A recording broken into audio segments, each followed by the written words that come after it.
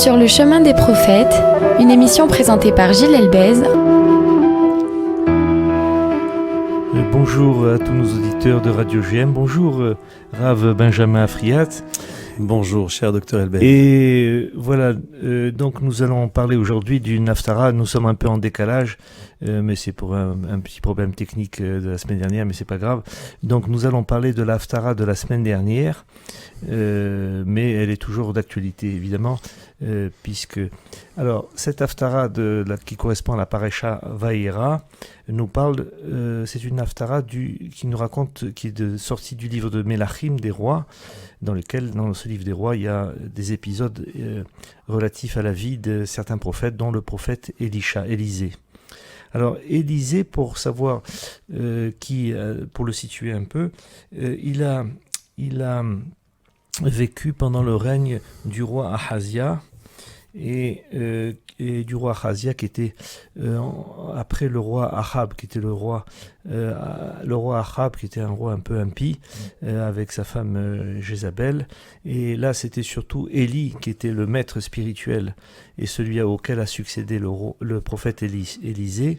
Il a succédé au prophète Élie et donc évidemment c'est avec Élie que le roi Ahab a eu le plus de contacts.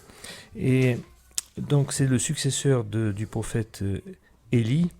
Et d'ailleurs, comment se passe la succession? Elle se passe un peu brusquement d'ailleurs, puisque ils sont tous les deux en train de marcher, et le prophète Élie et Élisée, et puis brusquement, le prophète Élie est emporté dans un char céleste et il est emporté au ciel. Il décède de cette façon. Bien qu'on dise qu'il n'est jamais mort, il est toujours présent parmi nous. Notamment, on dit, je crois, quand il y a au moment de la fête de Pessah, on nous laisse toujours la porte ouverte parce qu'on attend toujours le prophète Élie qui vienne à notre table. C'est pour ça qu'on laisse la porte ouverte. Donc nous dirons plutôt qu'il a disparu. Il a disparu. Mais il a disparu pour réapparaître à chaque fois à nouveau, puisque c'est aussi, vous dites bien, qu'on l'attend comme à la fin du repas de Pessah, et en réalité dans l'ensemble de la fête, au moment de la délivrance, mais également chaque fois qu'il y a une Brit Mila, puisqu'on dresse un siège pour le prophète Élie. Tout à fait. Et donc, ce prophète Élie a donc Élisée qui lui succède un peu brusquement, mais il lui a demandé avant de décéder, le prophète Élisée a demandé à son maître, le prophète Élie, s'il pouvait avoir au moins le minimum de savoir et de connaissance et surtout de pouvoir prophétique que lui. Et effectivement, apparemment, ce souhait de Elisha s'est bien réalisé parce qu'il a accompli aussi également beaucoup de miracles comme l'avait fait le prophète Élie. Il y a eu une quinzaine de miracles, je crois. Alors on va en parler de deux tout à l'heure. Et pour résumer un peu son histoire, c'est ce prophète Elisha, donc c'est lui qui a pris la direction de l'ensemble des prophètes, parce qu'il y avait au moment il y avait des écoles de prophètes en quelque sorte. Et donc c'est Elisha qui a pris cette direction, et il était à l'écoute des hommes, respecté de tous, et donc il a essayé de réaliser un certain nombre de miracles, toujours à la demande de quelqu'un. Il ne faisait pas ces miracles spontanément comme ça, mais c'était toujours à la demande de certains individus. En particulier, il y a eu un miracle qui précède ce dont on va parler tout à l'heure dans l'Haftara. C'est lorsque à la demande d'un général syrien lépreux, le général Naaman, qui était lépreux, et il a demandé si le prophète Élisha pouvait faire quelque chose pour lui. Effectivement, Élisha a pu réaliser un miracle pour lui, et ce général va guérir de la lèpre. Et donc le bien qu'il y a eu, c'est pas seulement qu'il a été reconnaissant envers le prophète seulement, mais surtout il a reconnu qu'évidemment derrière le prophète, évidemment c'était Dieu qui a intervenu pour faire tous ces miracles. Et donc il y a eu une reconnaissance par ce général de Dieu, et c'est ça ce qui est recherché évidemment dans le message biblique. Les prophètes ne recherchaient ni dons matériels ni autre chose, mais que la reconnaissance de Dieu derrière tous ces événements miraculeux. Alors pour en venir à la Haftara de cette semaine.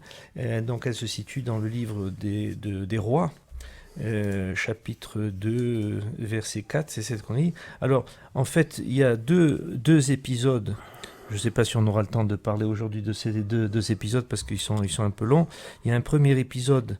Alors, il y a une partie que les séfarades lisent, et puis après les ashkénazes continuent et ils lisent eux le deuxième épisode jusqu'à la fin. Donc, le premier épisode, pour le résumer brièvement, c'est le prophète est sollicité par une dame qui est en fait la veuve du prophète. La veuve du prophète Ovadia. Ovadia, pardon. Du prophète Ovadia.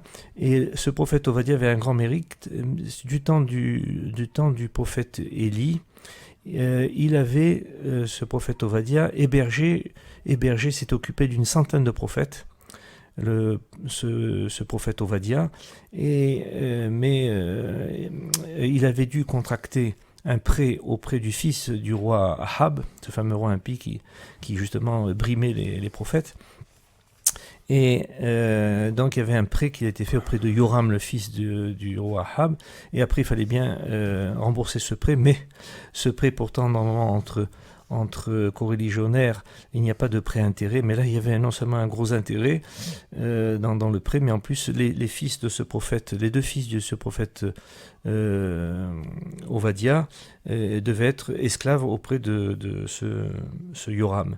Et donc c'est pour ça que la veuve de ce prophète intervient pour que le prophète Élisha fasse quelque chose pour éviter que ses enfants deviennent esclaves. Alors c'est là le miracle qui se passe, c'est-à-dire il demande à cette veuve si elle a un bien à la maison. Il dit oui, tout ce que j'ai, c'est un vase avec un fond d'huile, et à partir de ce vase avec un fond d'huile, il lui demande de chercher d'autres vases, et les vases se remplissent, tous les vases qu'elle a se remplissent miraculeusement d'huile. Évidemment, l'huile était à l'époque une denrée rare, et avec ça, il arrive à rembourser la dette. Alors, ce qu'il faut quand même préciser, parce que vous avez tout à fait raison de dire que c'est à travers cette huile qui a été retrouvée dans cette fiole et qu'elle va pouvoir de cette façon remplir une quantité très importante d'ustensiles jusqu'à donc obtenir une quantité suffisante pour racheter, payer la dette et pouvoir récupérer ses enfants. Il y a quand même un détail, et il n'y en a jamais lorsque le verset les précise, c'est qu'il est écrit, et là je lis dans le verset 4 du chapitre 4, en traduisant directement, « Et tu viendras, et tu fermeras la porte derrière toi et derrière tes enfants. Tu verseras alors dans les ustensiles, et le surplus, eh bien tu le conduiras. » Et ce qui est ici est intéressant, c'est le fait qu'il lui demande de fermer la porte. Pourquoi faut-il que cette femme, qui vient donc de cette ville qui s'appelle Shunem, la ville s'appelle Shunem, donc on dit de cette femme qu'elle est une Shunamite, pourquoi faut-il que la Shunamite, c'est comme ça qu'on la qualifie dans le Talmud, ait besoin de fermer la porte? Alors Rashi cite quelques mots, et en fait, quelque part, on retrouve cela comme une sorte de fil conducteur dans l'ensemble de la Haftara. Et par la suite, nous verrons aussi de quelle manière aussi relier cela à la paracha. Il est écrit les mots suivants, Vesagar Hadelet, Rashi dit, je le dis en hébreu, Kvod Haneshu Lavo Beatznea. L'honneur du miracle est d'arriver dans la discrétion. Il est nécessaire, quelque part, d'amoindrir, si on peut le dire ainsi, le miracle. Il faut que, si on pousse l'idée, le miracle soit le moins miraculeux possible. Et pour quelle raison est-ce que ça ne doit pas apparaître de manière, flamboyante? Pourquoi faut-il que le miracle soit caché? En tout cas, c'est ce que Élisha recommande à cette femme pour que le miracle se produise. C'est parce que, si on réfléchit simplement, Dieu ne nous a pas inscrits dans un monde qui fonctionne sur le mode du miracle. Il a instauré dans le monde des lois qui sont les lois de la nature. Et lorsque on doit déroger à ces lois, je dirais même lorsque Dieu lui-même, Hachem, a besoin d'intervenir pour faire un miracle, alors faut-il que, à ce stade en tout cas, eh bien, le miracle ne soit pas trop apparent, parce qu'il ne faut pas qu'il sorte de l'ordre des choses dans la nature. j'illustrerai cela juste par une histoire très très rapide que cite le Talmud, Shabbat 53b. On raconte l'histoire de là-bas d'un homme dont l'épouse était morte en couche et il lui a laissé un fils. Et cet enfant, il devait trouver quelqu'un pour l'allaiter. Mais il n'avait pas les moyens de payer une nourrice. Alors, il y a eu un miracle qui est intervenu pour lui. En tout cas, c'est ainsi que le Talmud le raconte. Et il a pu, de sa poitrine, avoir du lait pour son enfant.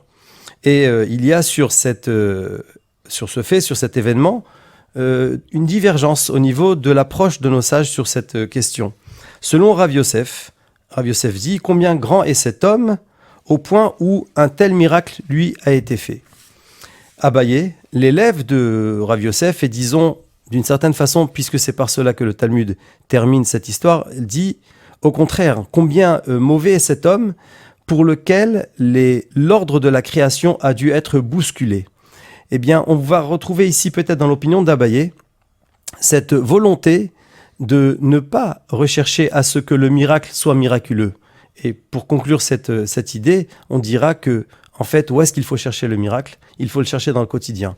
Ça n'est pas seulement dans la chose qui sort de l'ordinaire, dans le surnaturel, et ce n'est pas seulement dans ces circonstances-là, que l'on va se trouver, on va dire, en présence de Dieu et en présence d'une manifestation divine, car alors ça voudrait dire que ce n'est que dans un contexte pareil que Dieu est là. Or, l'idée absolument fondamentale et fondatrice même du peuple du judaïsme, c'est la permanence et l'omniprésence de Dieu à tous les moments et dans toutes ses manifestations.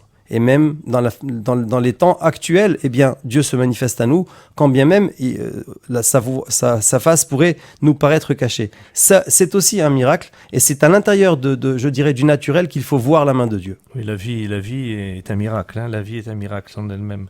Et vous avez raison, quand vous avez dit fermer la porte, c'est vrai qu'à 2 reprises dans l'Haftara, également dans le verset 33, où on répète Vaïsgor Adelet. Et ça, c'est dans la deuxième partie, quand il y a eu le deuxième miracle, qui était le deuxième miracle réalisé par le prophète Élisha. Il y avait donc une dame qui s'appelait la Shunamite, qui était une dame qui était riche, qui hébergeait gratuitement le prophète Élisha chez elle. Il lui laissait une pièce dans son appartement quand il passait dans cette ville. Et en reconnaissance, par l'intermédiaire du prophète Élisha, cette femme a eu... était intervenue auprès de Dieu, bien sûr, pour que cette femme ce couple avec son mari, donc elle ait eu un enfant. Et l'ennui, c'est qu'au bout de quelque temps, cet enfant décède et Élisha va ressusciter cet enfant, et il ferme la porte évidemment avant d'accomplir cette action. Et c'est d'ailleurs un des rares épisodes dans les prophètes ou dans la Torah, on n'en voit pas trop non plus de résurrection des morts. Ça, c'est un épisode dans lequel on voit une résurrection d'un mort. Alors, il y a un mot qui est intéressant, et je crois que vous avez des enseignements à nous donner sur ce mot qui revient plusieurs fois, puisque la veuve de départ là, dont on a parlé, qui avait besoin d'argent, utilise des vases. Et le vase, le mot qui est utilisé pour dire, on utilise le mot Kéli qui est repris à plusieurs reprises, ce mot Kéli. Alors, qu'est-ce qu'on peut dire sur ce mot Kéli Alors, déjà, avant de parler de son étymologie, il faut se dire, parce que je sais que sur cela vous allez encore nous éclairer et éclairer nos auditeurs, le Kéli, qui est un ustensile, signifie qu'il est nécessaire pour l'être humain, lorsqu'il attend d'être sauvé d'une situation quelle qu'elle soit, parce qu'il faut effectivement ne pas rester seulement dans le texte de la Haftara et n'y voir là qu'une histoire et un récit. Il faut essayer de s'emparer du message, et cette idée, ce point de vue est général dans l'approche que nous devons faire de tous nos textes. Eh bien, la notion de Kéli signifie qu'elle a besoin, là, ici, la Shunamite, a besoin de préparer un ustensile à l'intérieur duquel il va devenir possible pour le miracle de se manifester. Si elle n'a pas préparé au préalable un moyen d'accueillir ce miracle, eh bien, quelque part, le miracle ne pourrait pas venir. Il y a un besoin, je dirais, alors on peut voir cela de différentes façons. Il est nécessaire pour l'être humain de produire ce qu'il y est possible afin que le miracle se passe ensuite. Et il faut également faire ce qui est entre ses mains.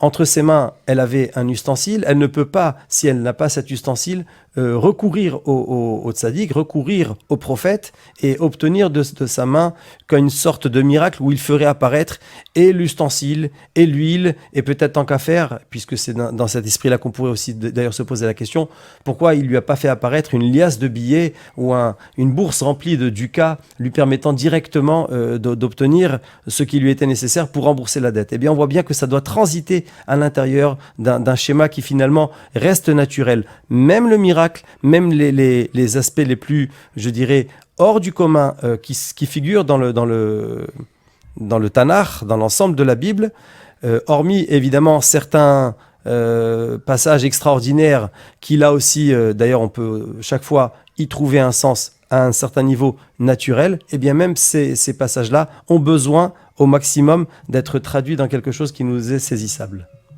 Oui, tout à fait. Alors, effectivement, donc, la première dame, c'est la veuve, et la deuxième, c'est la Shunamite. La première, c'est une veuve, c'est la veuve du prophète Ovadia. Alors, dans ce mot Kéli dont vous venez de parler, effectivement, alors, c'est juste pour faire pour permuter, et ça, je m'inspire pour dire ça d'un livre d'une psychologue hébraïsante dont le nom m'échappe, qui, à travers ce mot Kéli, permutait les lettres, et en disant que le mot Kéli, donc, qui s'écrit Chaf, Lamed et Yud, qui veut dire donc ustensile, et si on permute, on met Chayal, c'est-à-dire Chaf, Yud, Lamed, on met le Yud avant le Lamed, ça fait ajuster, c'est le verbe ajuster, Chayal, ajuster. Donc on dit qu'un vase, un ustensile doit être ajusté pour pouvoir bien l'utiliser. Et pour l'utiliser, pourquoi ? Parce que si on inverse encore le mot Kéli, on met le Yud d'abord, le Chaf ensuite et le Lamed ensuite, ça fait le verbe pouvoir, apte.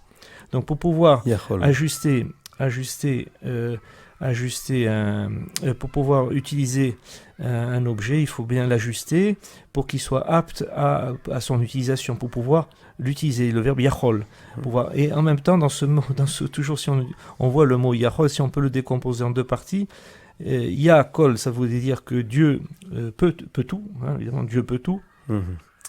Et à l'inverse, on peut dire aussi Kol Ya, le pouvoir, l'essentiel, le tout appartient à Dieu. Kol Ya. Donc, alors si on considère que l'être humain, ce qui est peut-être considéré malgré tout comme un ustensile, puisqu'il a son utilité sur Terre, et il faut qu'il soit bien ajusté, qu'il ait un comportement un peu assez particulier pour rentrer dans le moule de la Torah, des 613 mitzvot, à ce moment-là, il sera apte à accomplir son rôle déjà de juif et de juif à 100%. Alors, bon, évidemment, pas tout le monde arrive à remplir peut-être les 613 mitzvot, surtout qu'on ne les a pas tous en ce moment, mais disons que c'est là peut-être également un message de... Oui, et pour rebondir sur cette idée, on pourrait dire aussi que l'être humain, sur Terre, dans la dimension où il s'inscrit dans cet être créé qui ressent la création de Dieu et qui se projette dans un avenir qui dépasse la vie sur Terre, eh bien, il figure comme étant d'un côté un kéli, un ustensile, mais également un instrument de la volonté de Dieu, puisque en captant la bénédiction que Dieu peut lui donner, donc en utilisant les capacités que Dieu lui a transmises, eh bien, il est aussi en mesure d'être l'instrument de la propagation du nom de Dieu, de faire en sorte que le nom d'Hachem soit répandu de la façon la plus noble possible, de manière à ce que d'abord d'une part, eh bien, il ait des actes qui soient exemplaires et qui soient conformes à ce que Dieu attend de lui, mais également de permettre, peut-être par son intelligence, par sa volonté justement de nous écarter de la petitesse des réflexions pour s'élever vers quelque chose de plus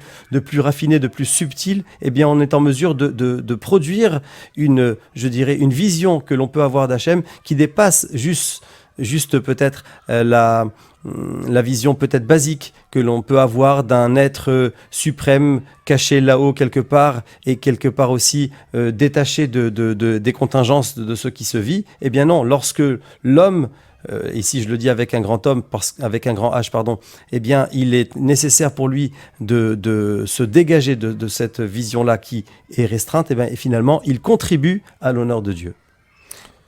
Oui, alors le prophète, en l'occurrence Élisha, vraiment on voit qu'il est au service des êtres humains, puisqu'il intervient pour la veuve au départ, il intervient pour la Shunamite également, et donc lui, pour la Shunamite en particulier, alors là il va faire non seulement il va chercher à savoir ce dont elle a besoin, et en l'occurrence en reconnaissance du fait qu'elle est berger, il va se renseigner auprès de la famille et de son serviteur Gehazi, et il va savoir qu'elle n'a pas d'enfant, et donc évidemment son souhait le numéro 1 c'est d'avoir un enfant, donc il va voir par son intermédiaire, elle va avoir un enfant, un garçon, qui va devenir d'ailleurs plus tard le grand prophète, enfin pas le grand parce qu'il fait partie des petits prophètes, mais malgré tout c'est un grand prophète quand même, Habakkuk, qui va être le fils de cette dame, la Shunamite, mais quand ce prophète Habakkuk est sur le point il décède à un moment donné, et c'est Élisha qui va intervenir donc pour cette résurrection. Et il y a tout un épisode de cette résurrection. Alors c'est pas le côté strictement médical dans cet événement qui fait que, parce qu'on a l'impression qu'il lui fait un bouche à bouche et tout, c'est des méthodes de réanimation. Non, c'est beaucoup plus spirituel. C'est pas quelque chose de. On utilise peut-être des méthodes physiques, mais évidemment c'est sur le plan spirituel que cette résurrection se passe et qui intervient. Et effectivement, ce jeune garçon reprend vie après le contact direct entre le prophète qui s'allonge sur lui et qui lui donne ainsi, qui réchauffe en quelque sorte son corps, et avec lequel il reprend la vie, mais toujours en fermant la porte pour montrer, comme vous l'avez dit tout à l'heure, qu'il faut que le miracle soit caché. On n'a pas besoin de presse et de médias dans ce cadre-là pour quand il s'agit d'un miracle. Oui. Il vaut mieux que ça soit... Et lorsque d'ailleurs, auparavant, en fait, avant même que cette histoire qui va être celle de la résurrection des 7 enfants intervienne, et qu'elle est dans l'attente, elle n'a pas d'enfant. Alors, qu'est-ce que va lui dire Élisha? Parce qu'il faut aussi, on n'a peut-être pas encore suffisamment rappelé le lien avec la paracha de Vayera. Donc, dans Vayera, on voit Avram et Sarah qui sont là, et on sait très bien qu'ils sont stériles, et vont venir ces 3 hommes qui vont lui annoncer qu'ils en fait sont des anges. Ils vont annoncer à Sarah, notamment l'ange Michael va lui annoncer la moed azeh kaetraya atrove ketben. Donc à ce moment-là, au moment où il lui parle, donc dans un an, eh bien tu vas pouvoir te saisir d'un enfant.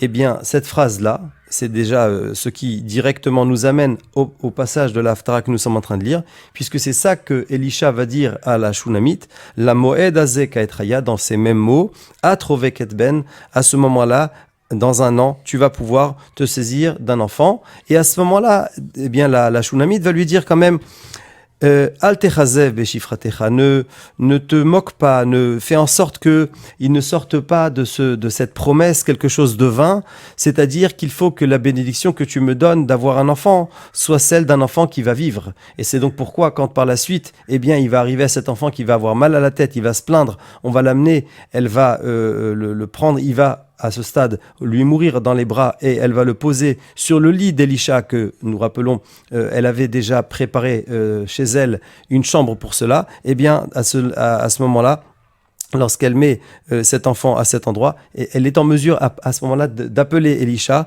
de le faire venir pour que, justement, elle le confronte à sa promesse en lui disant « Tu m'as promis un enfant, mais je ne voulais pas d'un enfant qui finisse sa vie de cette façon. » Et donc, Élisha va devoir intervenir. Oui, alors je crois qu'on me fait signe parce que je crois on est dans les temps de notre émission.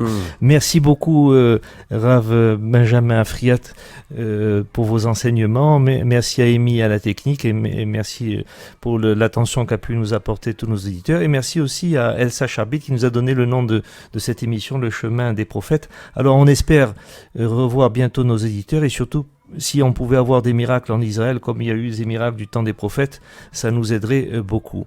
À très bientôt. À très bientôt, merci.